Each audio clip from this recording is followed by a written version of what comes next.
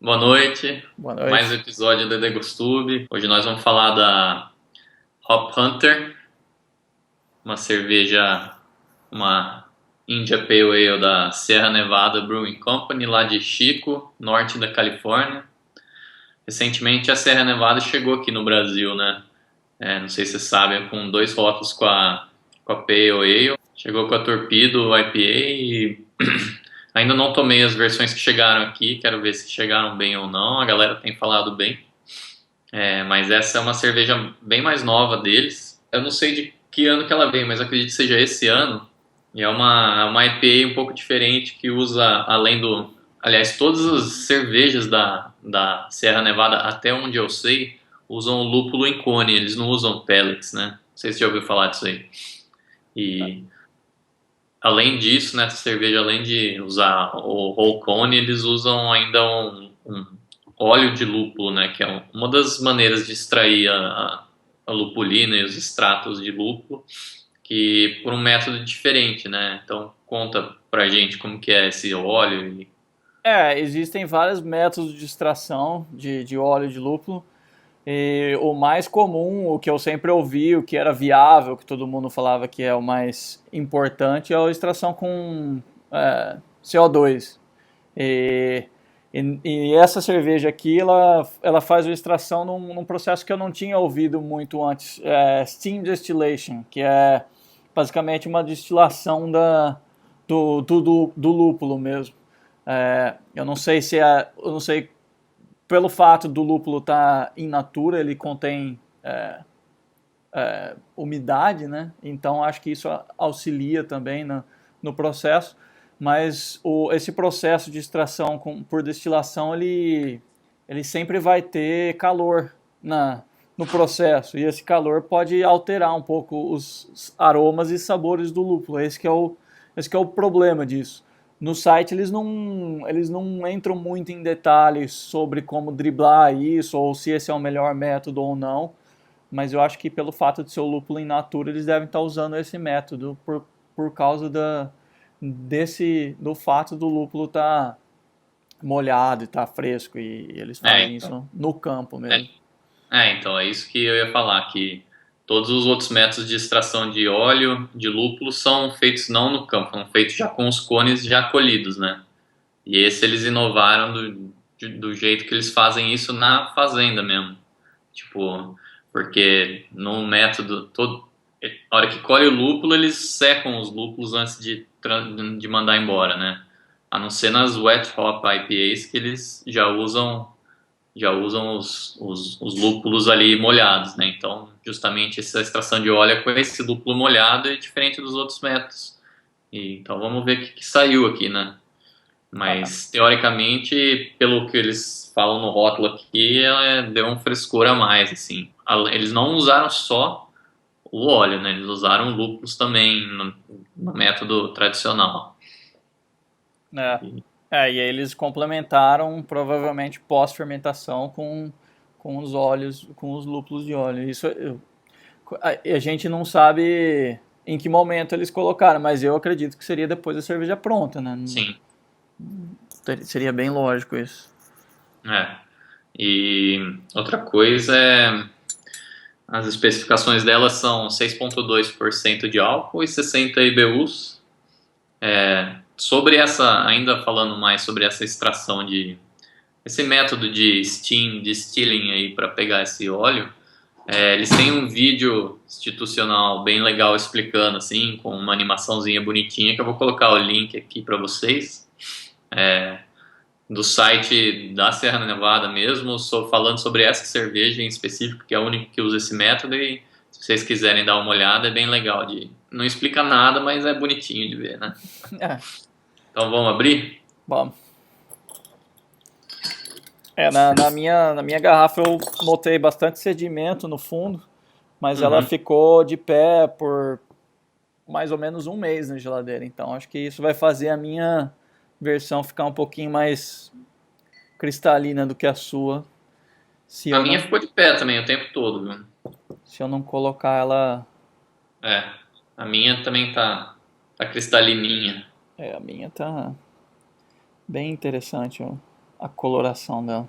Tá, vamos pro aroma inicial para pegar os voláteis iniciais? Tá É, bem fresco aqui, hein? tá bem fresca. Eu achei, assim, uma potência grande de aroma e aquelas bem tradicional também em IPAs. Centennial, Cascade, eu pego bastante, assim, essa combinação dos dois que você tem na Bell's Two Hearted, aqui também tem, sabe? Então, Aquelas notas bem maracujá e laranja, tangerina e grapefruit, né? e eu acho que a ausência de malte mais torrado, assim, também exalta um pouco essa Sim, lupulagem. tipo nada de caramelo por baixo. É. Que mais de lúpulo aí? Acho que é mais pro cítrico, né? Para perfil cítrico. É, totalmente perfil cítrico. Não vejo nada de terroso, não vejo nada nobre, não vejo nada naquele lúpulo mais pegajoso, assim, também. É, e nem frutas tropicais talvez uma coisa ou outra, tipo manga, assim, mas eu acho que puxa mais pro cítrico. Então é uma ideia de uma cerveja bem leve, não leve, mas uma coisa mais cítrica, menos mascante, assim. A aparência dela aí. É um amarelo dourado, transparente, Ah, bem bonita mesmo, bem clara e transparente. é. Um amarelo quase ouro, assim, né? Então, um amarelo escuro que eu acho que uma cor que não é muito explorada ainda. Por mais que a gente tenha falado, a maioria das pessoas não gosta de fazer uma IPA assim, tão simples. Isso falo no Brasil, né? Isso. A espuma dela tem aquela característica típica de IPAs, né? Uhum. Meio beijinha assim, que toda cerveja altamente lupulada a gente vê e depois que eu descobri isso sempre percebo e essa tem também. E uma retenção também muito boa e a formação de bolha bem pequena, assim, é uma coisa bonita, assim, eu acho. Uma coisa que dá vontade de beber. Então vamos beber.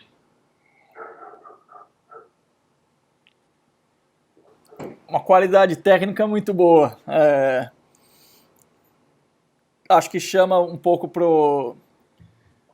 aquele esquema de quase que um suco tropical, assim. Os IBUs, eu tomei meu primeiro gole e ainda não tenho uma ideia completa, mas os IBUs parecem menos do que anunciados na garrafa. Com certeza, é. Tipo, isso é o que eu procuro numa IPA, eu particularmente. Aroma e sabor, né? Falam que não existe sabor, mas existe, né? Tipo, o aroma traduzindo em gosto. Todos aqueles componentes frutados e cítricos, muito mais em primeiro plano do que o amargor em si, entendeu? É, Isso. Mas o amargor está lá para meio que secar ela. sim, e tem uma boa doçura de malte também.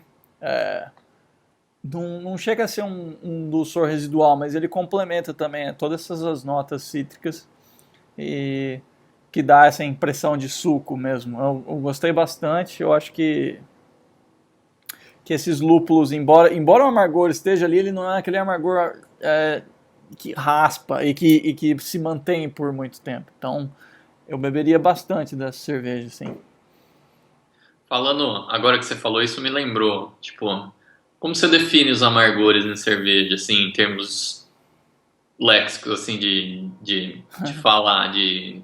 É difícil isso, né? Ah, O Bob algumas vezes já tentou usar termos assim nas avaliações dele, amargor crispy, amargor, não sei que palavra, não existe, não está muito bem definido isso que eu quero falar em português, o léxico para traduzir os tipos de amargor que não existe consenso, cada um fala uma coisa, traduzindo do inglês muitas vezes, né? Acho que falta ser isso ser melhor definido, você não acha?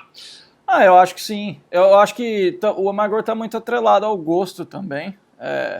Então, eu acho que às vezes você consegue perceber um amargor melhor em uma cerveja que você gostou mais por causa do sabor dela. Mas eu acho que uma das primeiras coisas que a gente tem que falar quando a gente fala de amargor é duração mesmo, se ele perdura muito ou não, se ele acaba rápido ou não. E, e você também faz essa conexão de quantos IBUs tem e quão perceptível são esses IBUs. Se condiz ou não com aquilo que você esperaria, o valor numérico. Porque, por exemplo, se a gente tomar um Jägermeister ou um para tudo, sabe? Uma bebida bem Jurubeba da vida. de ervas e raízes, Bitter, né? e umas coisas, um amargor de raiz, ele é um amargor muito mais agressivo que envolve toda a boca e ele Até a garganta, né? e ele te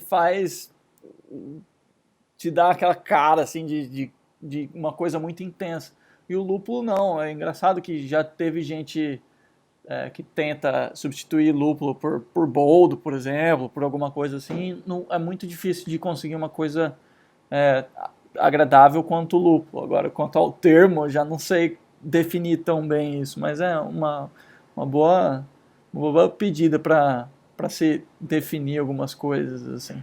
Mas mesmo dentro do rol dos lúpulos, quando você pega uma cerveja que foi feita de forma errada, com adições em forma errada ou com lúpulos muito amargos na hora errada, ela tem um amargor muito desagradável, entendeu? Que prejudica muito o drinkability. Tipo, essa é uma cerveja amarga, mas ela é muito drinkability muito alto, entendeu? E tem cerveja com os mesmos 60 IBUs, talvez mais ou menos lúpulo que essa, até menos lúpulo, mas que não bebe igual, entendeu? E a gente sempre faz aquela relação de amargor tantos de alfa-ácidos, né? Mas o amargor, acho que é isso que a gente está tentando fazer aqui, essa relação de o alfa-ácido, por exemplo, os 60 IBUs que vem da isomerização dos alfa-ácidos, ele cada lúpulo vai vir com uma quantidade de outros compostos, e eu acho que são esses outros compostos que definem essas variedades de amargores, assim. E tem os óleos que todo mundo fala de corrumulone, que é uma coisa que ninguém usa mais o galena por causa disso, então aí vai embora, né? Tem gente que acredita, tem gente que não acredita. Eu acho que é difícil você definir isso sem fazer uma investigação um pouquinho mais científica do que só falar que você gostou ou não, né? Tá, vamos terminar então a avaliação sensorial aqui. Então no sabor meio que segue o aroma, né? Perfil cítrico, dá para perceber o malte, mas nunca passando na frente desses sabores de lúpulo que dominam o gole inteiro. O amargor no final é dentro das IPAs, acho que é um amargor moderado para meio que baixo até, perto das outras IPAs, com esse mesmo tanto de IBU. Aftertaste amargo, né? Corpo baixo, acho, para uma... eu diria médio. Médio-baixo. Médio-baixo, talvez até médio, mas é mais pela essência da cerveja mesmo, de ser uma IPA, é difícil de ter uma IPA. Tem IPAs que são bem mais atenuadas e bem menos... Essa aqui eu acho que estaria lá pelo médio, assim, entre baixo e médio. Mas como você falou, tipo, ela não é chewy, assim, ela não é aquele negócio de malte que você percebe aquele dulçor, assim, ela é bem fluida na boca, assim. E o que acontece com muitas IPAs também depois você toma um primeiro gole, ou dois, ou três, nos próximos goles você não sente tanto a citricidade dos lúpulos. Nessa aqui eu continuo sentindo a cada gole e eu percebo essa coisa de laranja, assim, sabe? Então, palmas para essa cerveja, muito, muito bem feita. A carbonatação dela é altinha, acho, para uma IPA, na minha opinião, aqui é pelo menos a minha garrafa. Tá média alta. Final seco, drinkability altíssimo. Gostei muito, viu? Ela deve estar aí... Quanto tempo que nós demoramos desde que ela foi comprada para... Não falar uma validade aqui. Não sei se eu vou achar fácil, não. A package de 27 de janeiro. Tá escrito aqui. Uhum. Ela foi para garrafa no final de janeiro. Nós estamos em julho. Tem uns 5 meses de garrafa, tá Tá. muito fresca ainda. É, Tá certo que foi na geladeira, de pé, mas tá de parabéns, né? sim. Pensar que tem algumas cervejas que em 5 meses degrada bem mais também. Tem, tem o fator tecnologia da Serra Nevada, que deve ser melhor do que a maioria das pequenas. Mas eu acho que eu gostaria de tomar ela assim que ela sair do fermentador e for para a garrafa para ver se existe uma diferença. Mas do jeito que ela tá, depois de 5 meses, tá funcionando muito bem. Mais alguma coisa sobre ela? Não, uma cerveja bem feita, é simples. Eu acredito que a receita dela deva ser bem simples. Os lúpulos que a gente não mencionou no final da fervura é Cascade, Crystal e. Qual que era o outro? Centennial? Não, Centennial é só no Era óleo. Simcoe, Simcoe. Simcoe, é. E nos óleos é Cascade, Centennial e CTZ. Então, uma coisa bem simples, acho que os maltes também bem simples, uma base de Pale Ale, né, de two-row deles aqui com um pouquinho de caramelo e alguma coisa para dar uma cor e manda ver no lúpulo e usando a técnica de lúpulo deles, é todo focado no aroma e no sabor que vai dar para a cerveja. Né? É igual culinária italiana, né?